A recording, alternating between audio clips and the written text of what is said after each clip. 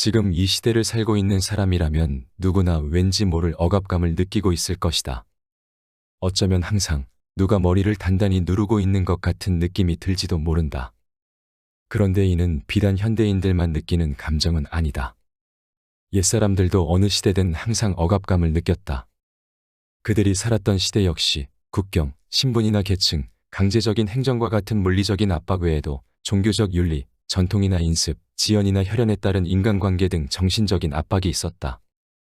현대세계의 자유와 민주주의는 높은 평가를 받고 있기는 하지만 그렇다고 해서 우리가 받는 압박이 완전히 사라진 것은 아니다.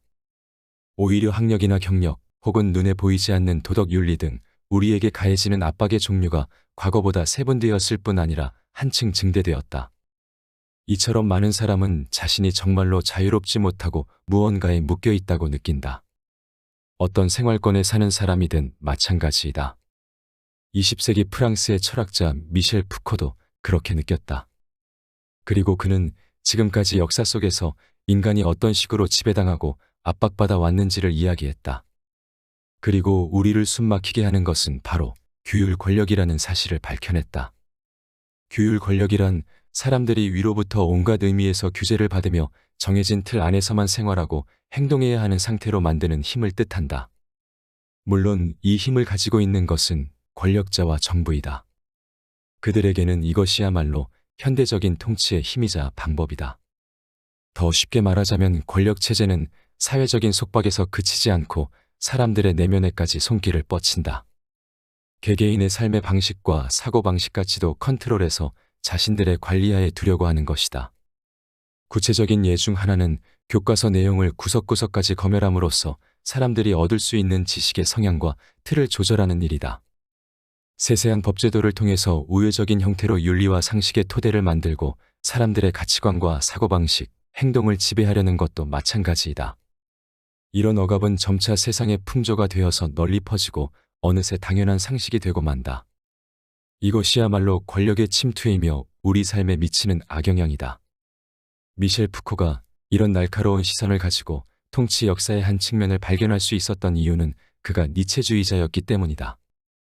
니체주의자란 니체의 팬이라는 뜻과 같은데 특히 푸코는 니체에게 강한 영향을 받았다.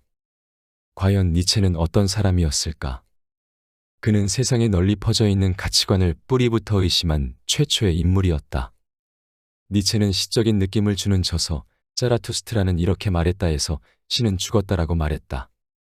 결론적으로는 이 충격적인 문장만 유명해지고 말았지만 그의 모든 업적을 들여다보면 결국 그가 말하고 싶었던 것은 단 한 가지라는 사실을 알 수 있다. 그것은 각자가 자기 나름의 가치를 창조하라라는 것이다. 니체는 왜 각자가 자기 나름의 가치를 창조하는 일을 중요하게 여겼을까?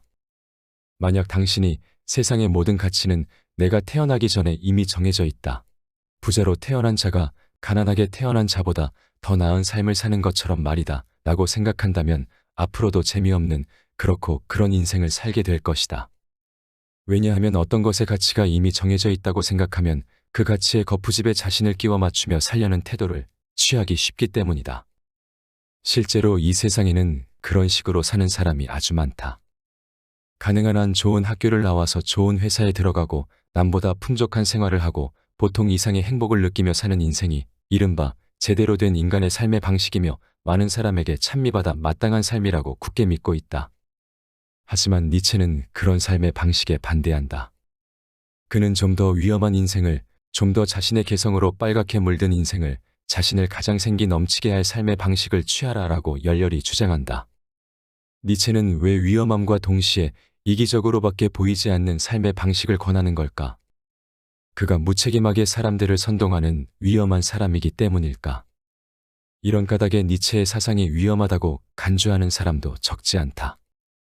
하지만 그 견해는 잘못되었다. 니체는 모두가 각자 자기 나름의 인생을 최선을 다해 살면서 항상 새로운 자신을 발견하게 하기 위해 그렇게 말한 것뿐이다. 그렇다면 니체는 우리에게 무엇을 가르쳐 주는 걸까? 그는 반그리스도라는 책에서 단 한 줄의 문장으로 이를 명확하게 드러냈다. 바로 자신만의 윤리 도덕을 스스로 발견해야 한다라는 것이다. 이는 일종의 탈출을 향한 길이다. 과연 무엇으로부터의 탈출일까? 지금의 자신으로부터의 탈출, 일상의 답답함으로부터의 탈출, 왠지 모를 억압감으로부터 탈출하는 것이다. 일반적으로 말하면 니체주의자였던 푸코가 이름 붙인 규율 권력으로부터의 탈출이라고 할 수 있다. 현대 사회에서도 뚜렷한 주관 없이 수동적으로 살면 권력자의 생각대로 계속해서 지배를 당하게 된다. 그런데 보통 사람들은 자신이 지배당하고 있다는 사실을 좀처럼 자각하지 못한다. 그들은 보통 지배라고는 해도 그것은 정치나 행정상의 지배이며 내가 실제로 유린당하고 있는 것은 아니다. 개인으로서 나 자신은 항상 자유롭지 않은가 라고 생각한다. 그게 바로 지배당하고 관리당하는 삶이다. 그런 식으로 생각하면 지금까지처럼 세상 풍조에 물들어서 살아갈 수밖에 없다. 지금까지 지배와 관리를 당해온 대로밖에 생각할 줄 모르기 때문이다.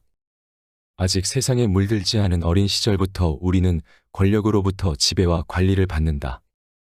아이는 겉으로는 부모의 양육을 받는 것처럼 보이지만 실은 자기 부모의 언동과 생활을 통해서 세상의 지배를 당하고 있는 것이나 마찬가지이다. 그 세상을 만드는 것이 지금 여기에 있는 권력 체제이다. 이 체제는 법률과 제도를 만들어서 위법과 적법의 범위를 정한다. 그 가치관은 시민이 가지는 도덕관념의 모태가 되고 그 농도가 옅어진 것이 세상의 상식이 되며 전체적인 시대의 풍조를 만들어내는 것이다. 아이가 자라 학교에 들어가면 권력이 주도면밀하게 준비한 교재로 학습하게 된다. 졸업하고 사회인이 된 뒤에도 권력의 지배와 관리망 안에서 일하게 된다. 개인의 생활도 마찬가지이다. 권력의 지문이 끈끈하게 묻은 윤리관은 텔레비전 뉴스 등 미디어를 통해 우리의 생각이나 가치관을 물들인다.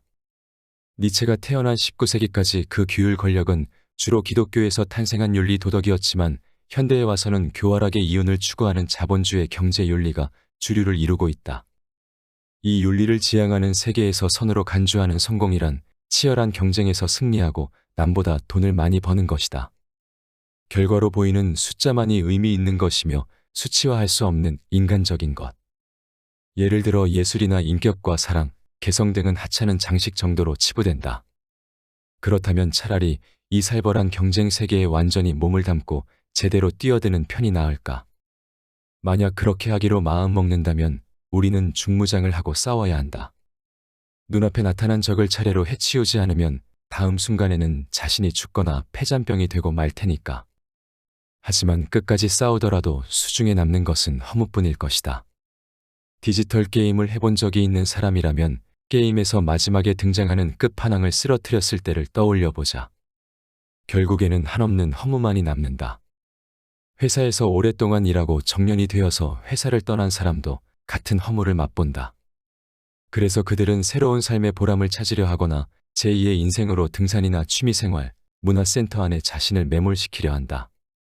무언가로 자신을 가득 채워야 할 만큼 자기 안에 공허가 퍼져 있다는 사실을 감각적으로 알고 있기 때문이다. 세간의 기준에 따라 실패 없이 살아왔는데 그 대가는 어째서 한없는 허무일까? 그 이유는 명확하다. 지금까지 한 번도 자기 자신으로 살아오지 않았기 때문이다.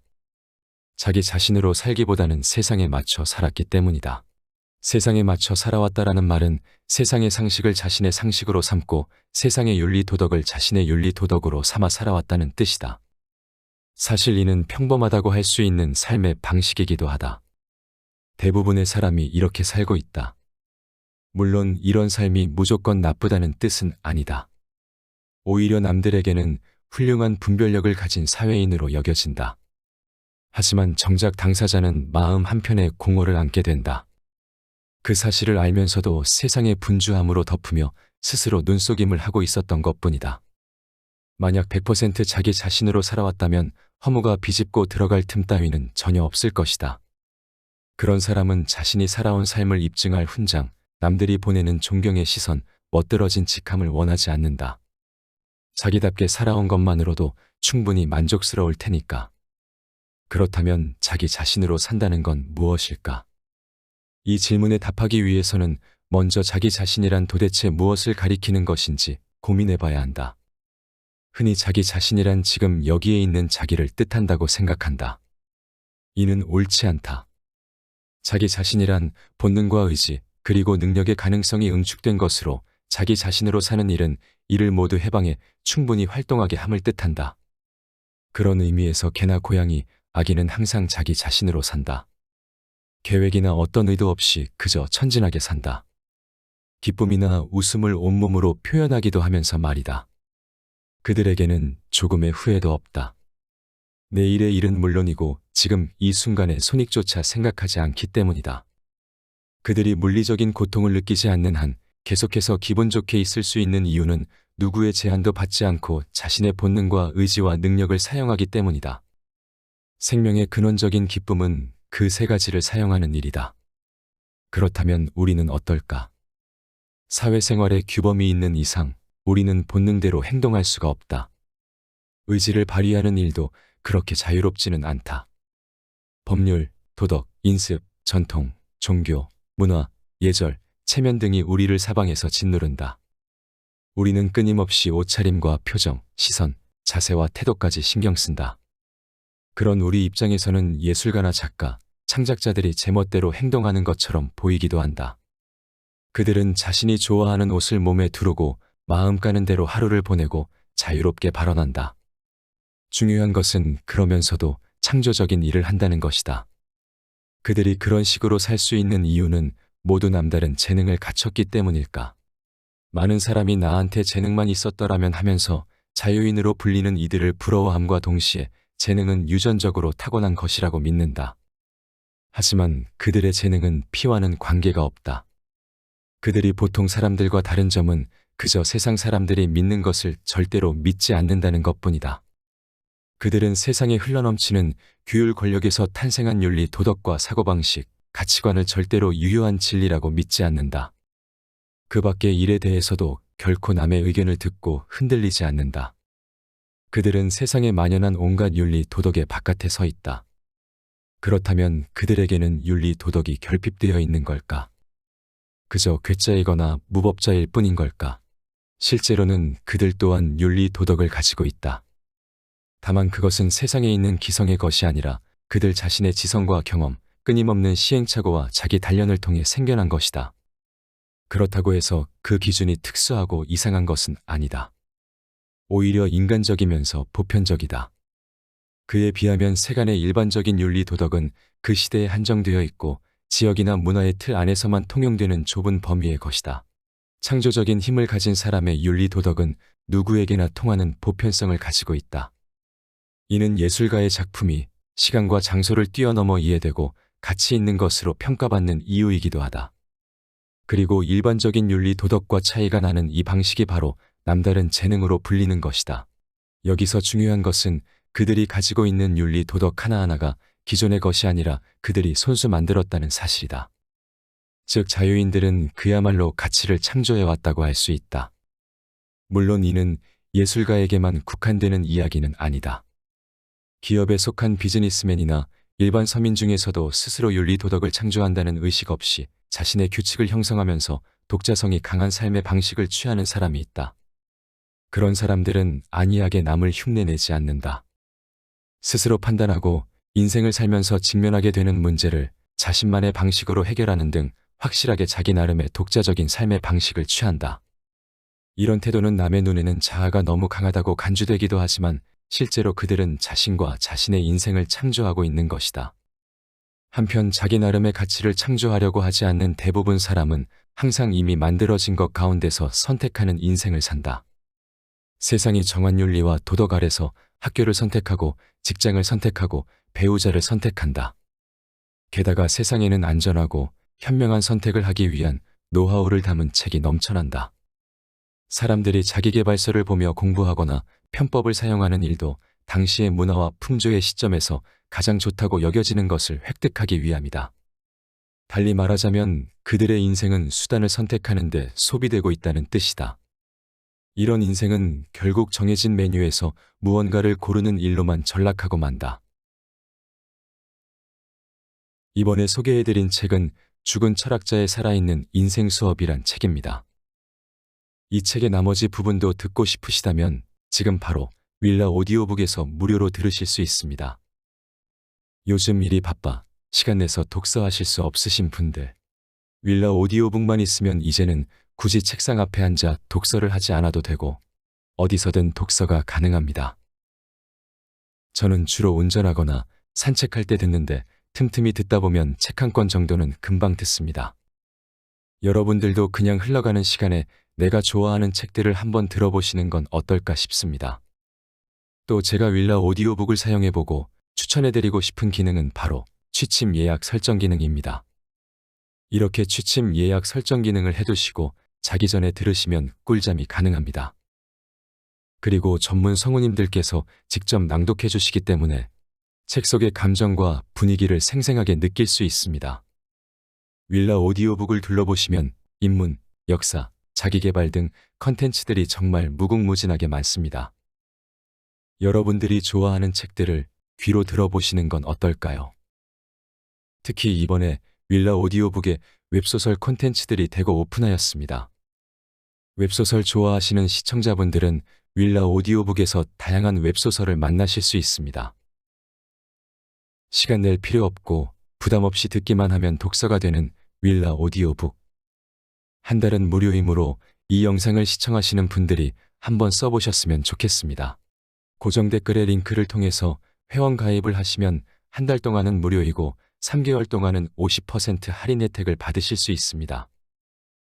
무료 체험 기간 중에도 언제든 해지가 가능하고 한 달 동안은 무료이니까 한번 사용해 보시는 거 적극 추천드립니다.